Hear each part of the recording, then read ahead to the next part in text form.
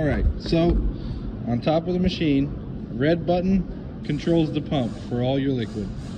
Flipped up, it's pumping.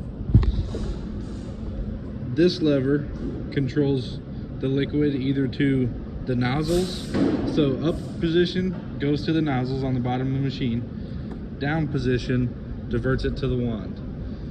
If in order to use the wand, this valve needs to stay open.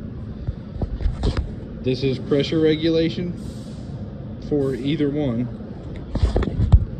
These serve as an excess, so if anything doesn't get diverted to one or the other, they will drain back into one of the tanks. So this valve controls, if it's in the open position, will drain back into the auxiliary tank.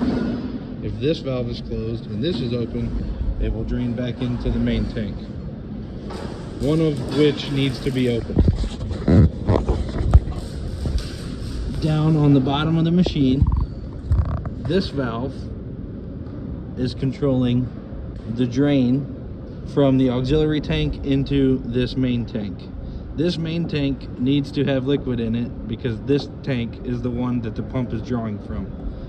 So this valve can stay open, or if for some reason you're wanting to empty this tank out, you can close it and let it drain. Just pay attention, and if it's all the way drained out, don't run your pump dry. This valve needs to stay open. This is where the draw for the pump is coming from, out of this tank only. So this needs to stay open.